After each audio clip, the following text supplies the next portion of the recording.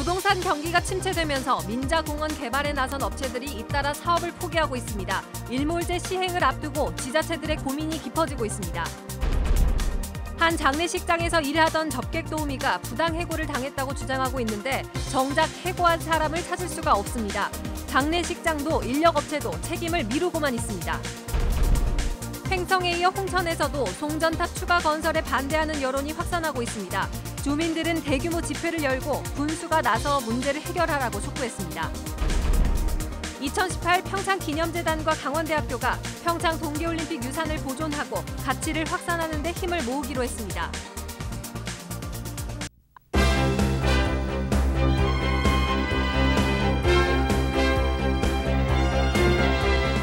안녕하십니까? 뉴스데스크 원주입니다.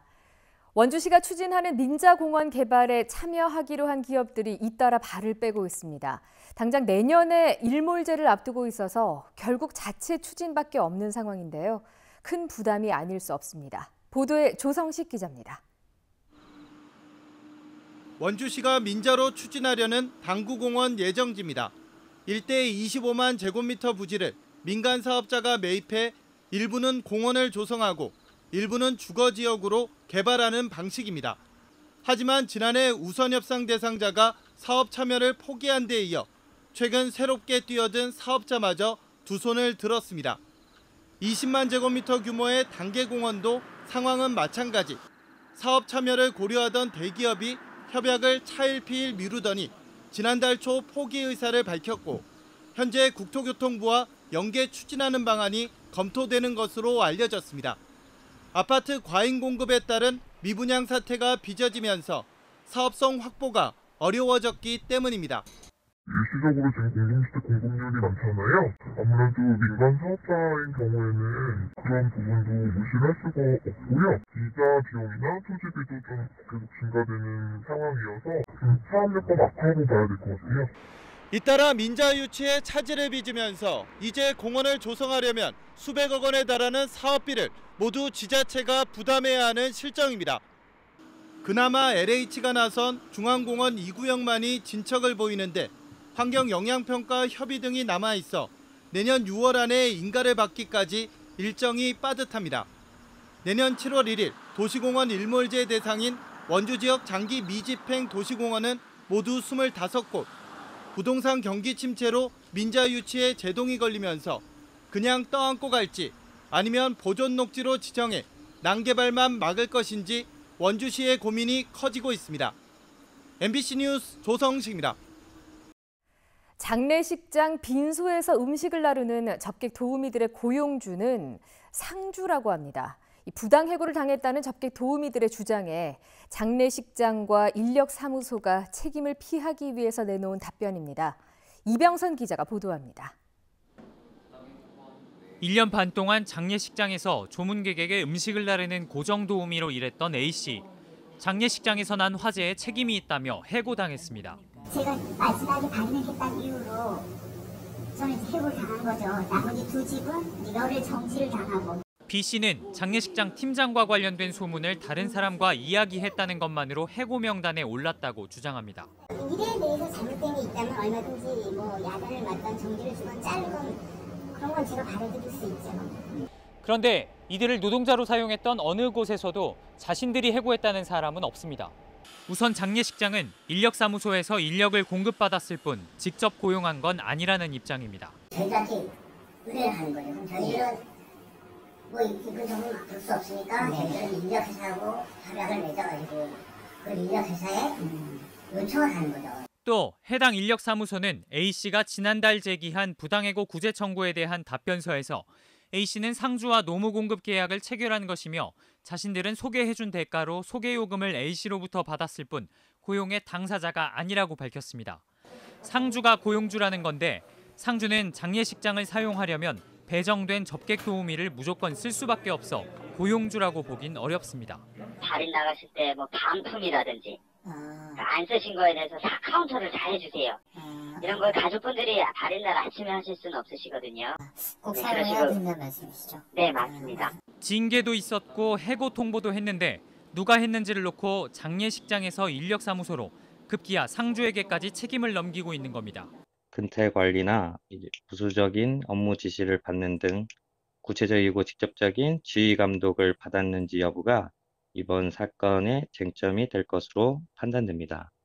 A씨는 지난 20일 강원지방노동위원회에 장례식장을 상대로 다시 한번 부당해고 구제 신청을 내고 판단을 기다리고 있습니다. MBC 뉴스 이병선입니다. 동해시가 해수욕장 이용객 집계 정확도를 높이고 나서 예산 절감 효과를 거두고 있다고 합니다. 정확한 통계가 어떻게 도움이 되는지 동해시의 사례를 살펴보시죠. 유인호 기자가 보도합니다. 망상 해수욕장 입구에 설치된 CCTV. 해수욕장으로 들어가는 사람의 숫자를 일일이 세어주는 프로그램과 연결돼 있습니다. 차량이 들어갈 때는 한 대에 4명씩 계산합니다. 이렇게 해서 집계한 올해 입장객은 109만 5천 명. 집계 방식을 변경한 지난해와 비슷하지만 5년 전에 비해서는 무려 400만 명 넘게 감소했습니다. 너무 많이 줄어든 숫자가 다른 지역과 비교되면서 곤혹스러운 면이 있어도 해수욕장 운영에는 도움이 된다는 게 동해시의 설명입니다. 주차장 문제가 대표적입니다. 지난해 해수욕장 뒤편에 도로를 확장하면서 230대분의 주차 면적이 사라졌지만 새로 마련하지 않았습니다. 새로운 통계가 없었다 그러면 저희들은 새롭게 주차장을 확충했을 것입니다. 하지만 저희들은 정확한 통계를 가지고 있었기 때문에 새로 주차장을 확충하지 않아도 이만한 피서객을 수용할 수 있겠다고 생각을 했고 그 결과 예산을 절감하는 효과를 거두었습니다.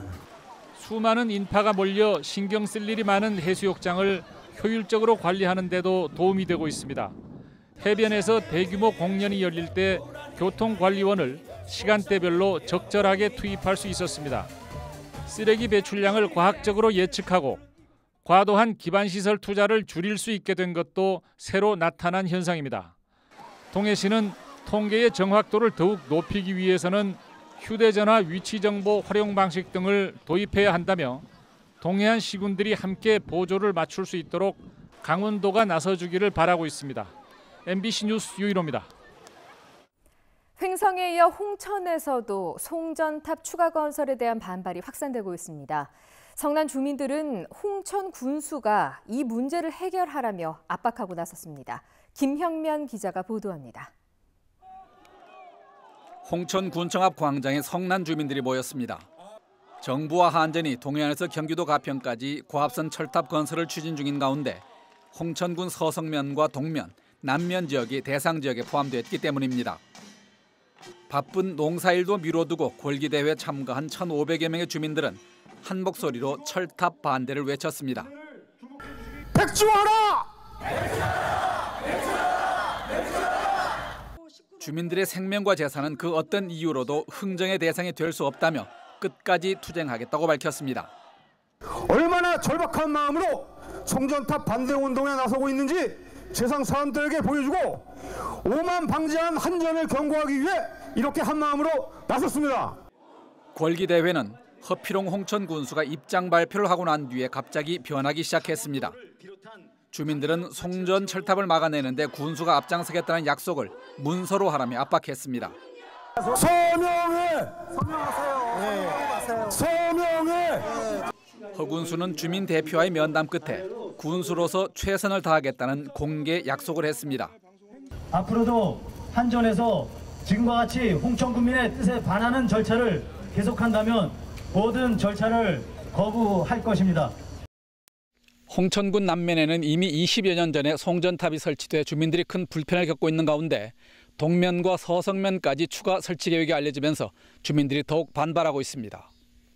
고압선으로 인한 주민 불안감이 해소되지 않은 가운데 철탑 예정 지역 주민들이 연대하고 있어 앞으로의 과정에 많은 갈등이 예상되고 있습니다. MBC 뉴스 김영면입니다.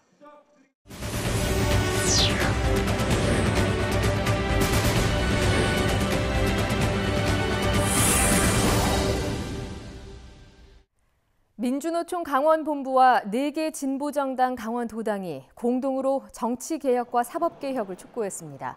이들은 정치개혁과 사법개혁이 촛불 이후 대한민국의 시대정신이지만 자유한국당은 개혁을 좌초시키려 하고 있고 민주당은 한국당에 끌려가고 있다고 규탄했습니다.